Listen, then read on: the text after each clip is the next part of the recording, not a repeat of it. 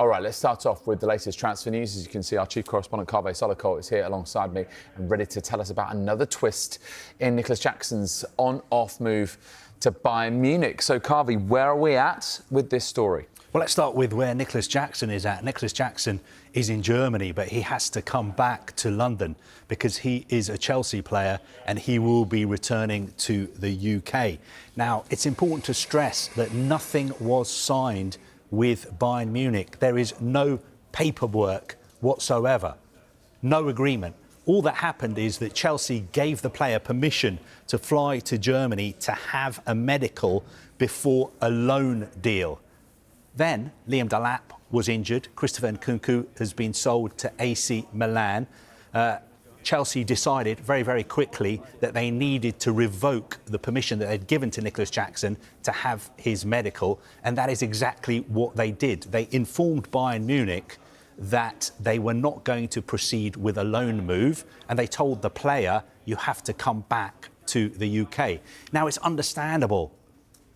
You know, we're all human beings. Nicholas Jackson had got his hopes up. He thought that he was going to go and play for Bayern Munich, be the heir apparent to Harry Kane, and now he's been told you have to come back to Chelsea. And I think his feelings are a little bit hurt because this summer Chelsea have gone out and signed João Pedro and Liam Delap. But football is football. You know, we all have to do things that we don't necessarily like to do. He's got a contract with Chelsea, which he extended last September, and the contract runs to 2033. So he's a Chelsea player for another 8 years, and Chelsea are paying his wages. Now, if you look at it from Bayern Munich's point of view, it would be different if this was a permanent deal. But guess what? They absolutely insisted all along that they did not want a permanent deal. They said, we don't have the finances to do a permanent deal. It has to be a loan. Now, if it was a permanent deal, I think Chelsea would be thinking, OK, we're getting 50, 60, 70 million pounds. We've got to act quickly to sign a replacement. We've got 48 hours. Now, that is not the case because they're not getting that fee. And in any case, even if they were, there are very few strikers available in the market at such a late stage. Having said that, I don't know. If Bayern Munich desperately want the player, they've always got the option of picking up the phone to Chelsea and saying, guess what?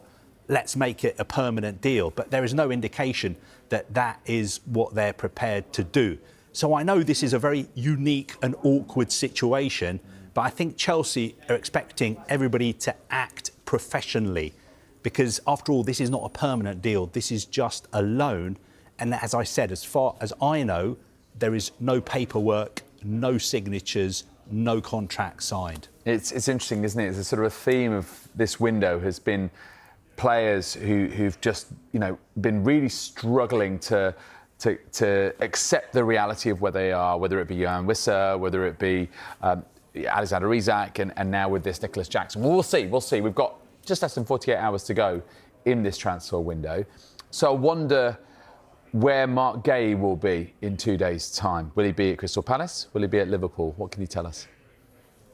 I think it's more likely that he'll be at Liverpool because Liverpool have made an offer for him. The offer is £35 million plus a 10% sell-on clause. The big question is that acceptable to Crystal Palace? I think it's very, very close to being acceptable. We've been telling you over the last few weeks that Crystal Palace want a figure starting with a 4.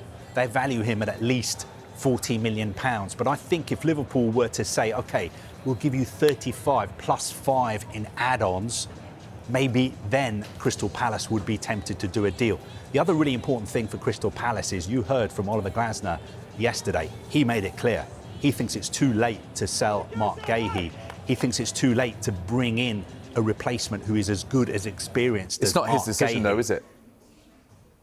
Well, he might say, I want this player to stay, but ultimately it's the decision. It is the decision of the people who run the club. Right. He does have a say in it. But I think he has a say. He has but not the ultimate say. He doesn't have the ultimate say. Yeah. But I think Crystal Palace need to bring in replacements. Yeah. If they're going to sell Marc Guehi, they're not going to say to their head coach, your leader, your best defender, one of your key players is going after Eberechi Eze has gone, and we're not bringing in replacements. They're working hard to bring in replacements. They've been trying to get Joe Gomez from Liverpool as well, on loan, but Liverpool are saying that is not possible at all. We're not interested in that deal. One other line to bring you actually from Chelsea as well.